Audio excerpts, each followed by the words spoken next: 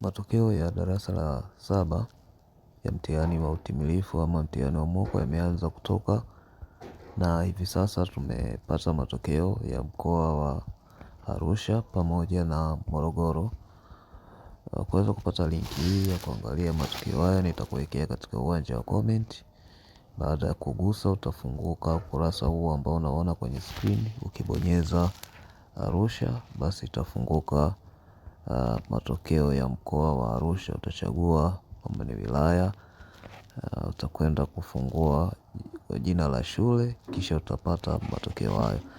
Lakini kwa mkoa wa Morogoro pia utagusa. Baada hapo itafunguka, utachagua wilaya, kama ni mji au jiji utachagua, kisha utakwenda kubonyeza jina la shule kuweza kuona matokeo haya.